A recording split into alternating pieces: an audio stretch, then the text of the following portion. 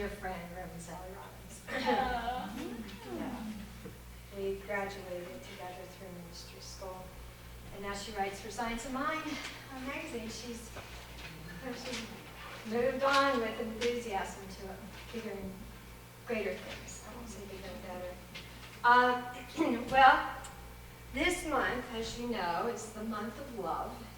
Traditionally in February, the theme in many of centers is love. And the theme too, under love is the big theme, and under that is on the wings of love. And each week, you've been looking at different aspects of love. Remember, Kathleen first talked the first Sunday. Thank goodness that love has 4 letters, and there's 4 Sundays. So there's a great mnemonic that was created, just conveniently. God knows what God's doing. Conveniently, to help you remember what's going on around here. So the first Sunday, can anybody remember what you did? No? Okay. After. Living in light and laughter. That's right. So the L stands for living in light and laughter. Last week was very cold, so many of you probably stayed home and sat by the fireplace.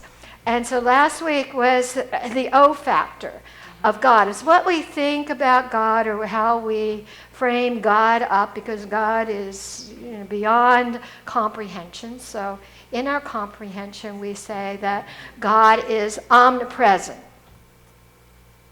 Everywhere present, right? God is omniscient.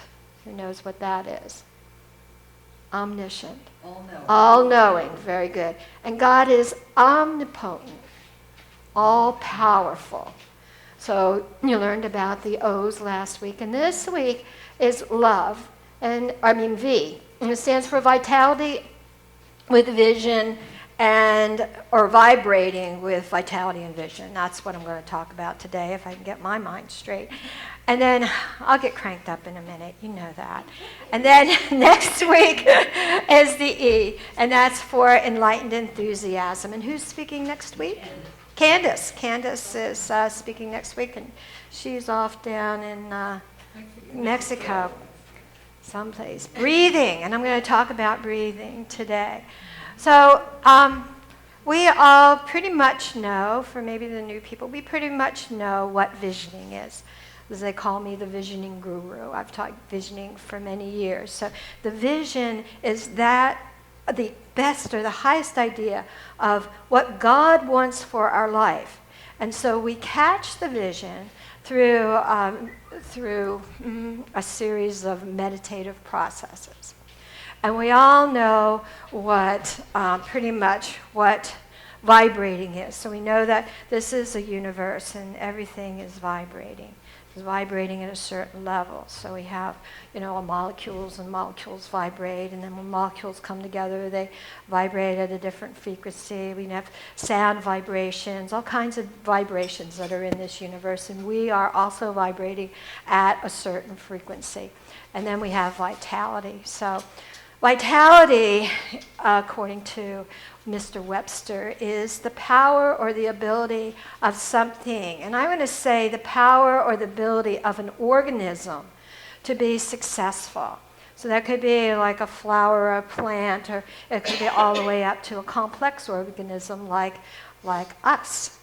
To be successful, it's the capacity to live and to develop. And it's the power to endure.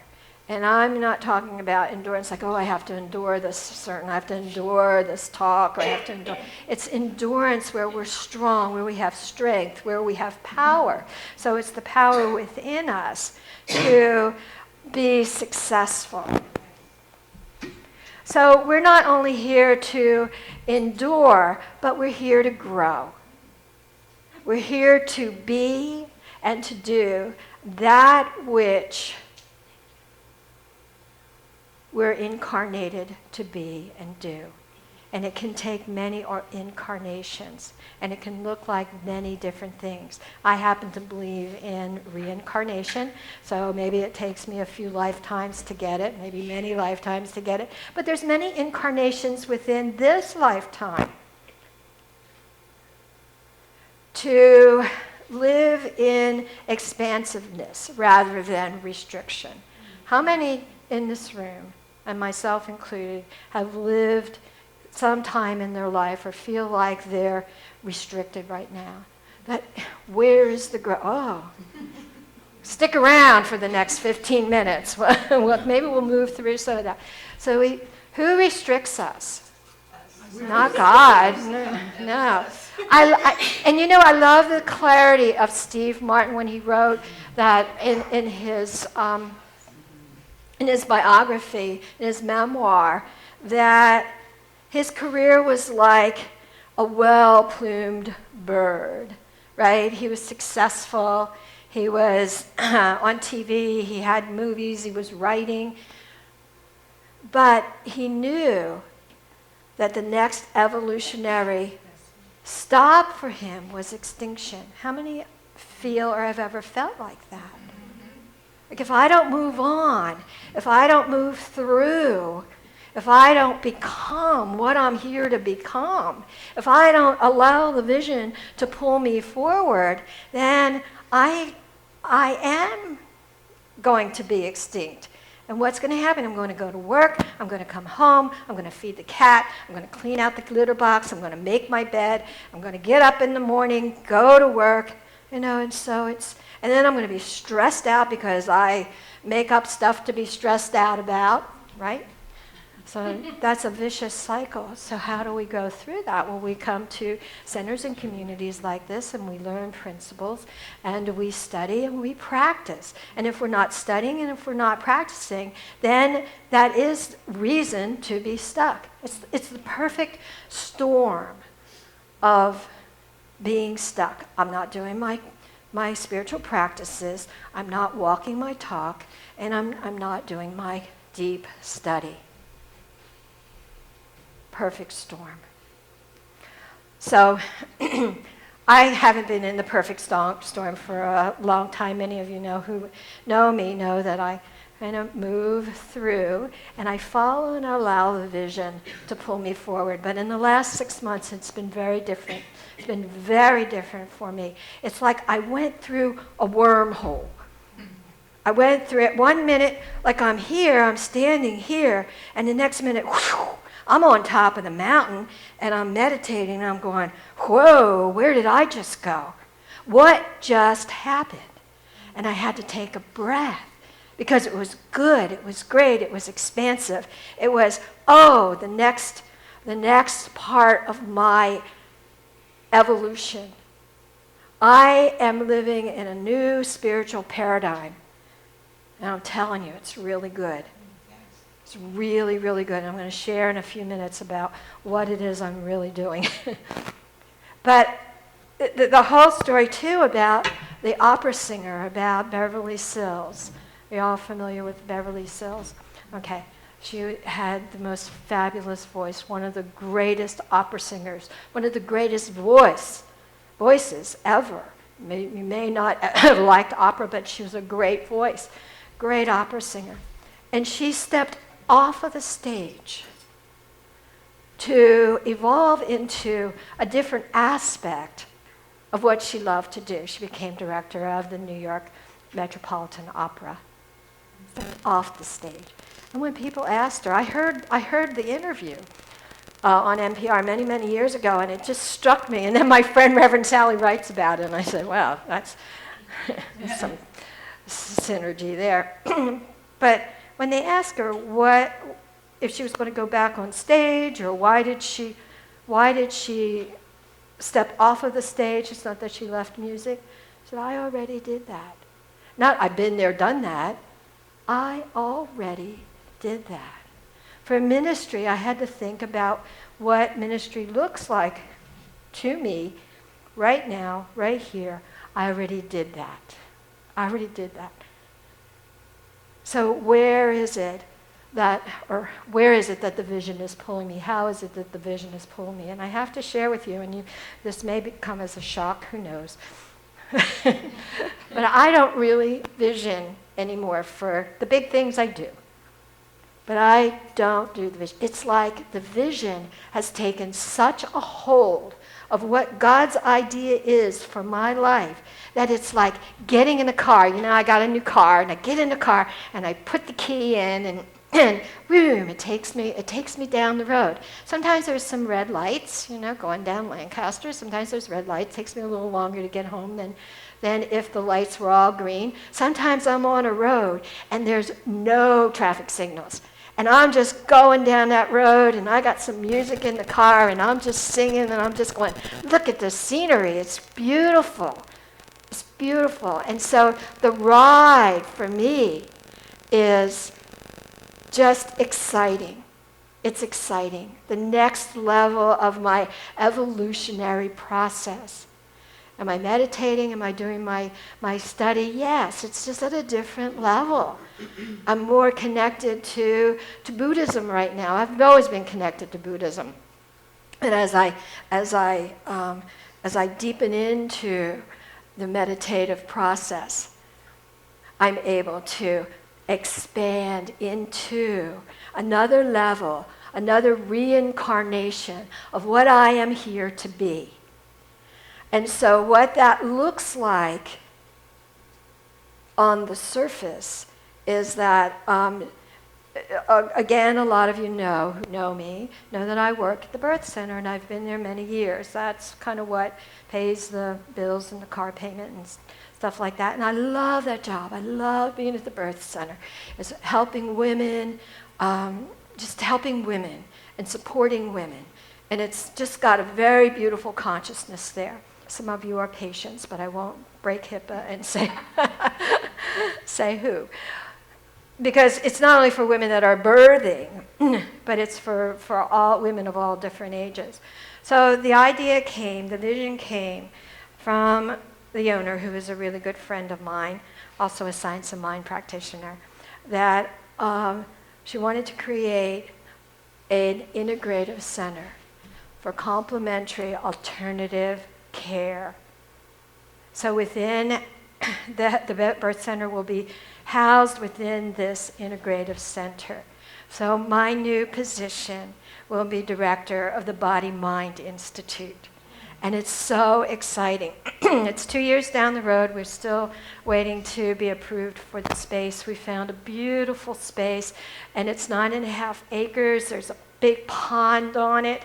And we visioned, and everything in the vision is just happening in actual physical form. When I was up on the mountain in November, I was in Virginia at the Monroe Institute. If you know about that, it's really deep meditation. That's where I went through the wormhole. I met Dr. Larry Burke, who actually created the Integrative Body Mind Center at Duke University. So our therapies will be evidence-based. So know that that's what I'm doing right now, and it's very exciting. I think it's once you've reached, I know, for me, that I reached a certain point in my profession and a certain level in my profession of expertise that I no longer needed to do all of the things that I used to do. Couldn't be all things to all people, which I've always tried to do in my life. So I've paid my dues. So maybe you have reached a certain point in your career where there's a level of competence and that you no longer need to do everything. So there's that level of competence, that you've paid your dues, and there's a certain point of no return. Maybe you have financial security. Maybe you can afford to be more selective in what you do. Maybe your interests and goals have changed. Or maybe the things that you used to do just aren't working. Can you resonate with that? The things you used to do aren't working. So in order to move forward, I had to take the IADT. I already did that. Philosophy. I had to make a mental note of the things that I vowed that I would never do again. And then my list included such things as turning down speaking engagements. I used to speak kind of all over the place, and teaching engagements. So if it meant that I had to work evenings and I had to work weekends, I said no. It meant letting go of demands of work or the lure. It's the lure of extra income. Woo! It's like somebody dangled a shiny bead in front of me. I'll take it. I'll take it. It's shiny. It looks nice.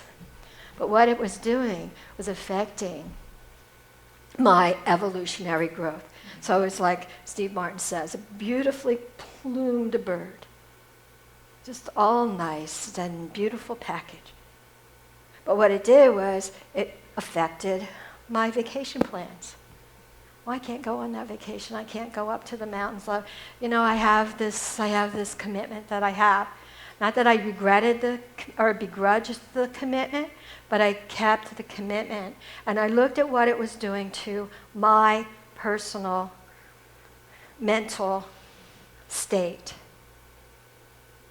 and how I was feeling tired and how I just said, I just can't do this all. I can't do it all. And I had a conversation with my mentor, Yunla, in the end of December, and I said that I stepped down from the ministry, and she said, what does that look?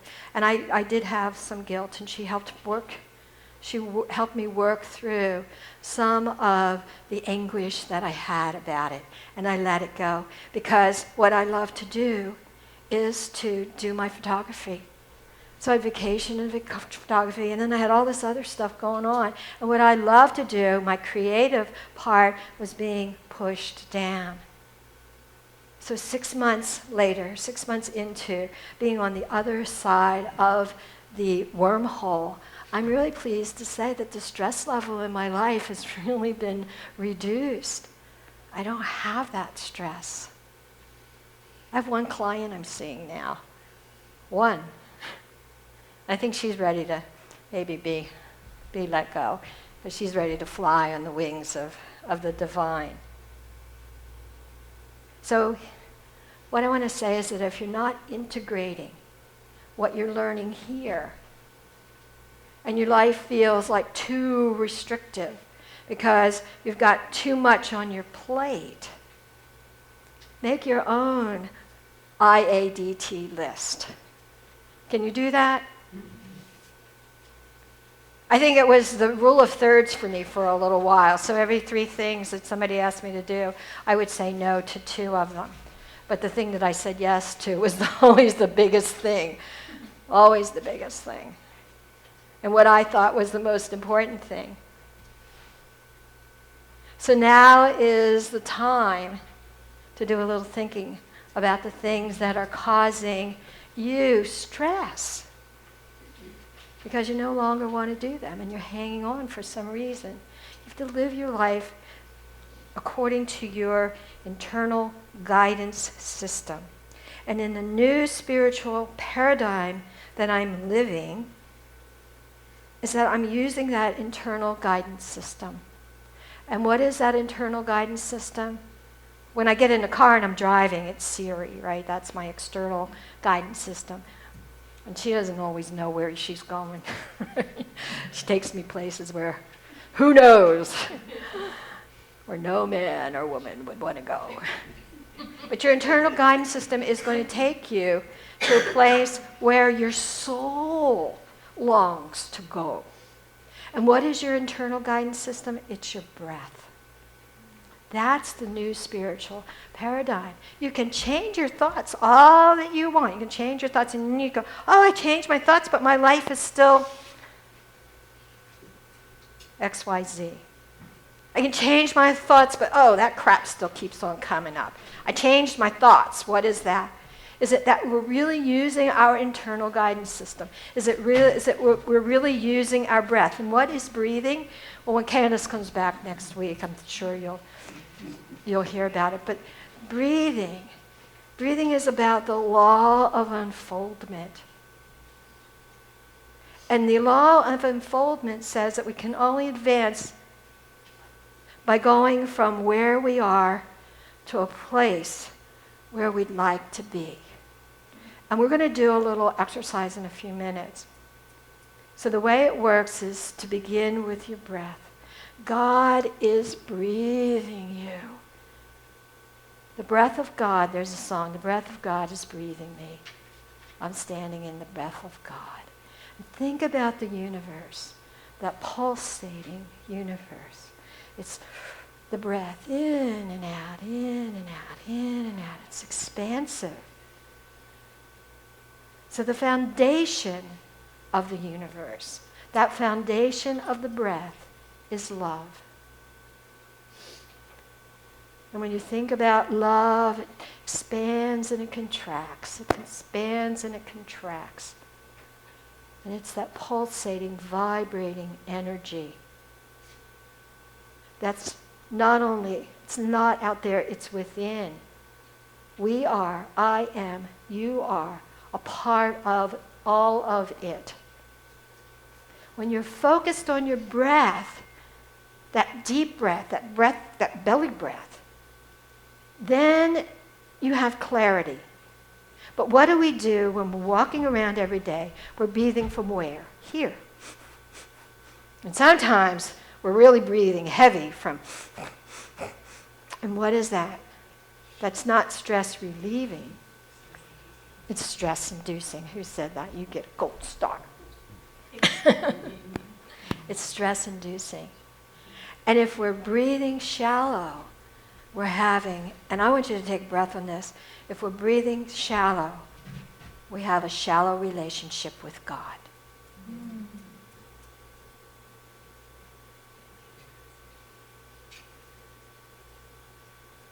No way around it. When we're breathing and we're allowing breath, respiration, inhalation, exhalation. When we're exhaling, it's the exaltment, it's the joy. When we're inhaling, we're inspiring, we're being inspired. We're being inspired to take the next step. We're being inspired to sail on the wings of love, to go to the next step in your evolutionary journey on this place called Earth. It's not only that you're a spiritual being, have a human experience. You're having an experience. It's not this experience or that experience. It's an experience that builds one on the other. When you look at, Steve Martin, he had the experience. He built one thing on another. I know many scientists who, physicists, they've been physicists for all their life, but they build one thing, one idea, one thought on another. It's not like you want to be a physicist and then all of a sudden you have to be a groundskeeper somewhere. It's not, or maybe you can take a whole different direction. But to be willing to expand and not be restricted because you have a thought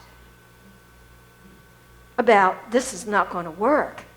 If you're really caught, if you let the vision, if you're caught by the vision, it's pulling you. And for me, I had resistance about something, and all of a sudden I'm in that wormhole. 1 minute I'm here, and the next minute I'm on the other side. I go, wow, that was cool. Yeah. Just do it again. Do it again. Yeah. Sort of like the saying that was the Buddhist saying, before enlightenment, chop wood, carry water. After enlightenment, chop wood, carry water. So, I'm sweeping the kitty litter up yesterday. Oh, that goes right back in there. But it was joyful. I was making a nice little clean space for the cat. He likes it when it's clean. I like it when it's clean. So when you're focused on the breath, you're focused on clarity, right? When you have shallow breath, it's a shallow relationship with God or the divine. And what we want to do in the new spiritual paradigm is bring up what's happening around us to the level of an expanded consciousness. Your consciousness is already expanded. You don't have to do anything to expand your consciousness. It's already there. But what we do is we fight it. We argue with it. We argue with God. We need to bring our vibration up to the level of our expanded consciousness. And how do we do that? With our inner guidance system. So I'm going to invite you, we're going to do that right now. We're going to match it up. It begins to match up more and more and more as we take those deep breaths. And you know, if you want to work more on your breaths, see Candace. That's her new spiritual paradigm. She went through the wormhole too. Whew. I didn't see her, but I know she did. Because when you're going through that wormhole, it's hard to see anything, anybody. But let's breathe. Close your eyes. I invite you to close your eyes. No music. We're just going to be with our own internal guidance system, our IGS. And then just kind of feel what it's like and be aware of that shallow breath. So you know when it comes up. Shallow breath, where's my relationship with God?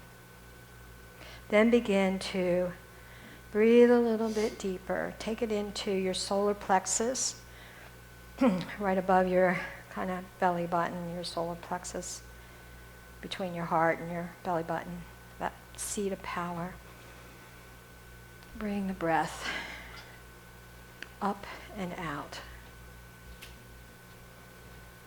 And then bring that breath, imagine, feel, see, or imagine it to be so, that breath to the area right down below your belly button, your sacral area, your sacral chakra.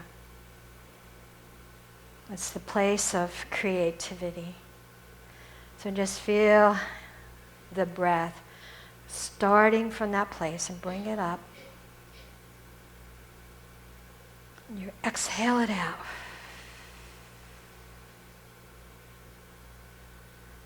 So just imagine that in your sacral area you have a big nose. And you're breathing from that place. So breathe in. Inhale. Inspire. And breathe it in and then bring it up, up, up, up, up, up, up, up, and out your nose. And then once again, let it be a circular motion. Breathing deep, having a deep relationship with the divine, having a deep relationship with yourself, knowing that there is nothing, no thing in the universe more important than this relationship with the divine, this love relationship. You bring that breath into that sacral area and then bring it up and expire.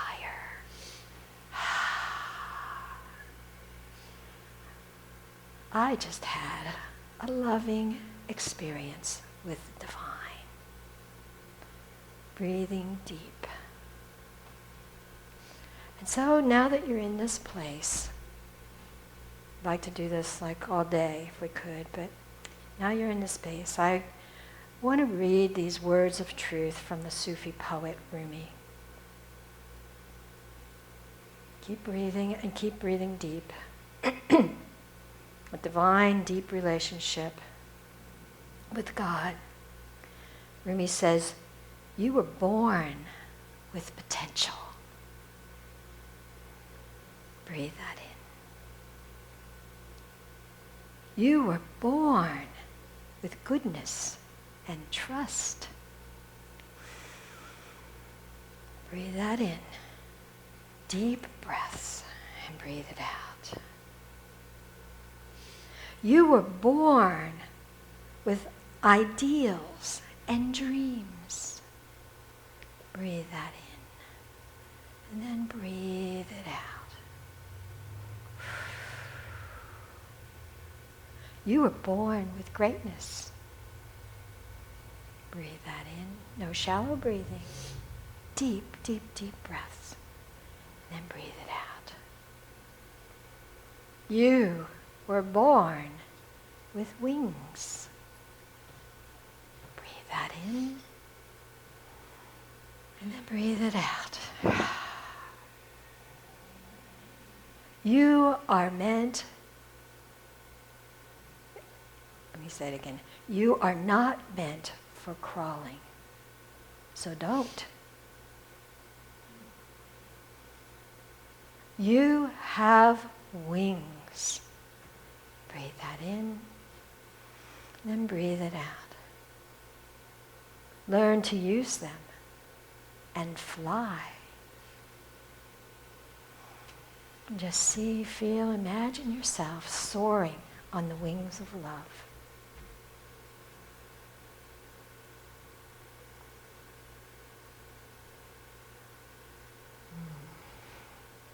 So I invite you to open your eyes.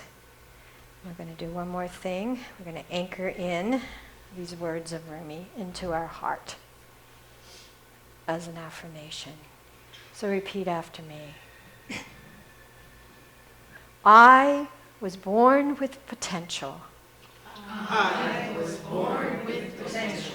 I just hear you say it, the next one with a little bit more emphasis. I was born with goodness and trust. I was born with goodness and trust. I was born with ideals and dreams. I was born with ideals and dreams. I was born with greatness. I was born with greatness. I was born with wings. I was born with wings. I'm not meant for crawling. I am not meant for crawling. I am flying. I am flying. And so it is. And so it is. Thank you.